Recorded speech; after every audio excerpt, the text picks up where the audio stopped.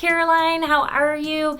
Figured I would jump on, do an update on what's going on with me, what my plan is for weight loss in February.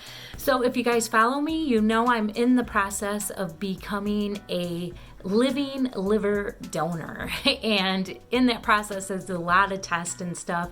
On February 16th I will be through with all the testing. As long as those testing, they're like cancer screenings, come back clear and good, then they will be putting the surgery on the schedule. I am thinking maybe March, maybe April, I don't know. We'll just have to wait and see. So if you know me, you know I am very fitness focused. You know, while I started this weight loss journey, I became a certified personal trainer, and I just really got into training and how to train. Just really started picking goals and picking races and training for them and getting them done. Well, with the surgery, this very serious surgery, it is going to cause me not to be able to run or strength train probably for a good 3 to 6 months, up until my liver has grown back. So that's one thing amazing about the liver. It actually regenerates. So that is freaking awesome. Well, my goal was, I had one more race on my bucket list that I wanted to get done before I had this surgery, and it was an actual ultra. So I did a little mini ultra, which was a 50K, which is a little over 31 miles. I had signed up for a race here in Ohio, and you guys, the weather has been so frigid cold. So it was scheduled for Saturday. Well, it was negative 19 degrees. But I really wanted to get this race done and over with so I could start focusing on weight loss, not so much on training, because it's a lot of miles. Like, I was averaging a little over 50 miles a week to prepare for this race.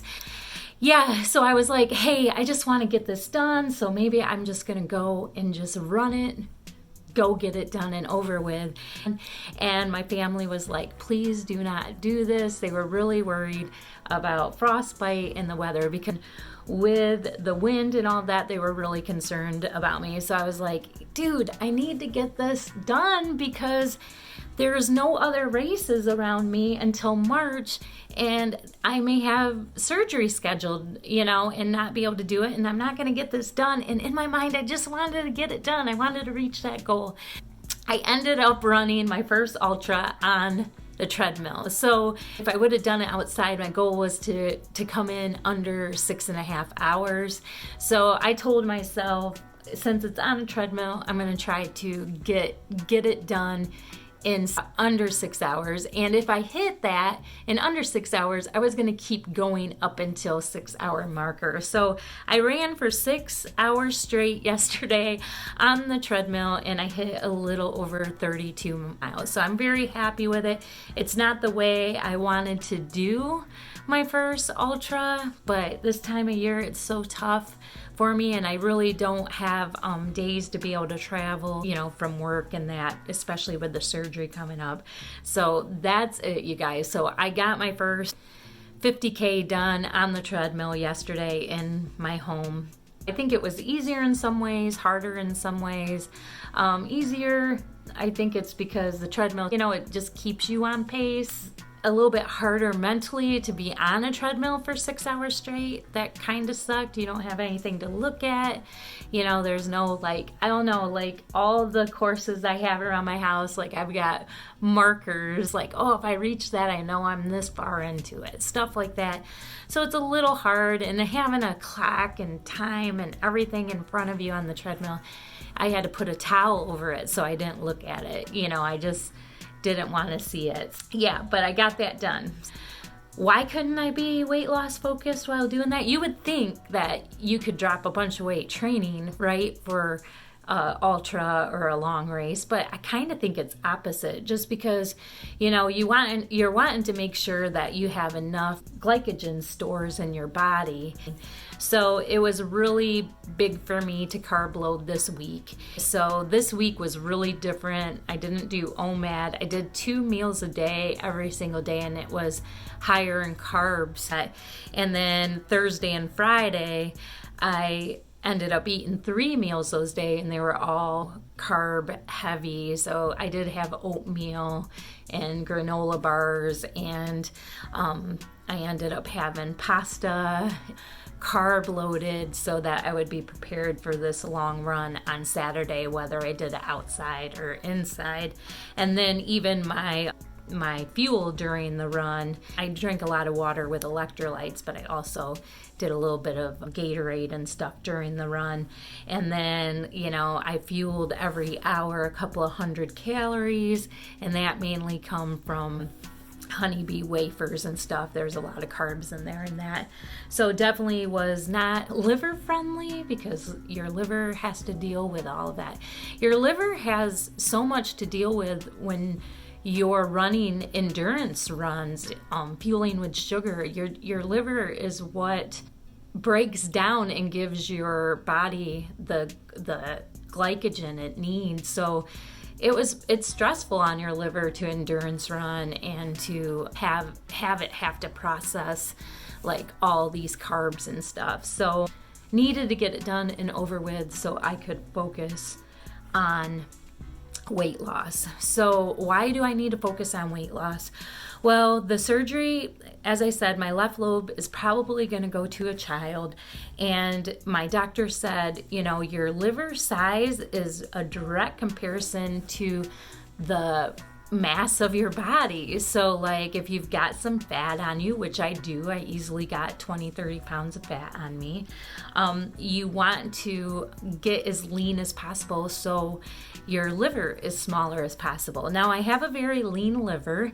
It's not fatty at all. Like it's like, I think they said 2.7% fat. The average person is 5% fat. And then you have fatty liver disease if you're over 10% fat. So it is a lean liver, but I need it to shrink as much as possible. So that's why I kind of wanted to get this 50K out of the way so I could really focus on weight loss and not be putting undue stress on my liver as far as like endurance running and it having to do so much work to fuel me on all these long runs.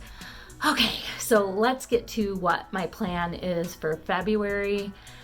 This first week, I'm going to try to get this fluff off I have for carbs. Even though I ran so many miles, you guys, you cannot outrun bad diets.